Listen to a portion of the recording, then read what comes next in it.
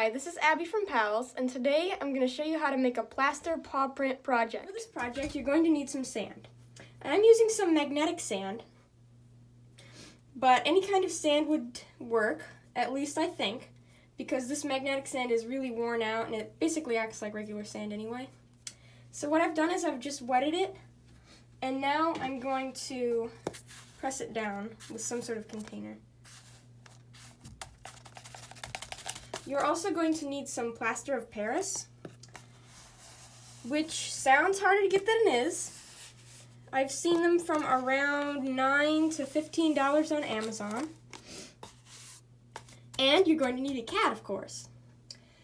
What you're going to have to do for this project is you're going to have to pick up your cat and put them on the sand.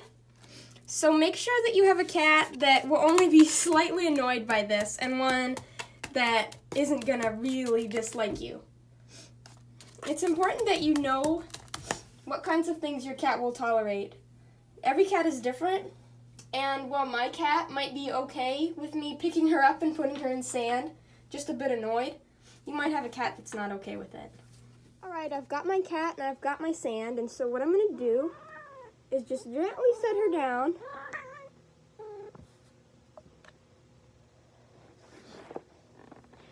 See that she made a little print for me. I just did that a few more times and this is what I ended up with.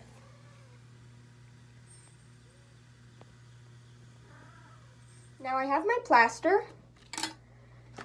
something to start with and something to put it in. I'm sure there are more scientific ways of doing what I'm about to do, but what I like to do to mix this plaster is just kind of feel it out.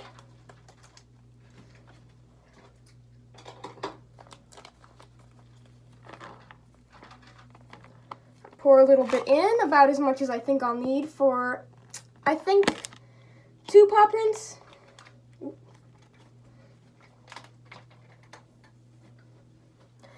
then I add a little bit of water until, well, add a little bit of water, then stir.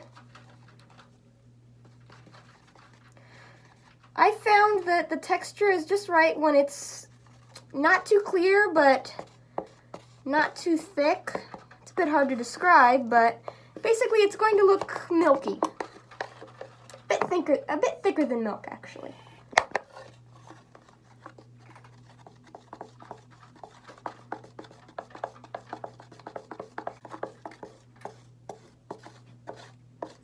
Alright, that's what I got.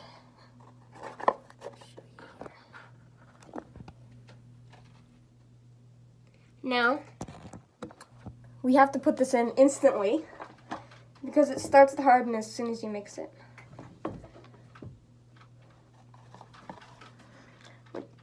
And you should pour it slowly into every hole that you made, every hole that your cat made in the sand, to make sure that you get all of their little finger beans.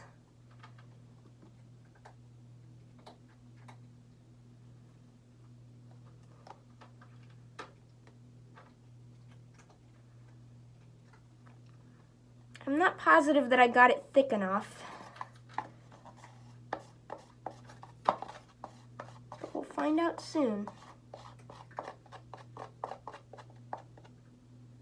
Sometimes I smooth it over a little bit.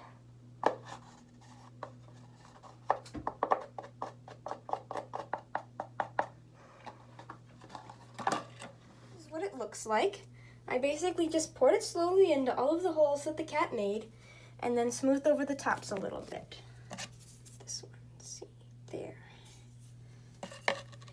Here we have our finished paw casts, in that they're dry. And once they're dry, they are going to look like this. I have this next to a finished product, and so you can see that we need to do some work to get all the sand out. I'm not sure if normal sand would do this, but I have a feeling that it would. First, I've just knocked off some of the loose sand with a scissors or whatever you want to use. Next, I brushed it off. And now, after I give it a quick rinse in the faucet, it will look just like my end products.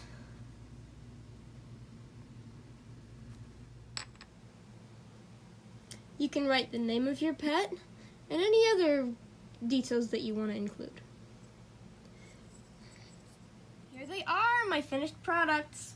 I'm very happy with how this turned out, but I will warn you, don't do everything that I did exactly how I did it, because I made my plaster a bit too watery. So this got brittle, and I didn't put enough in the holes, making this part very thin, so they're very easily breakable. So what I would recommend is not watering down your plaster so much.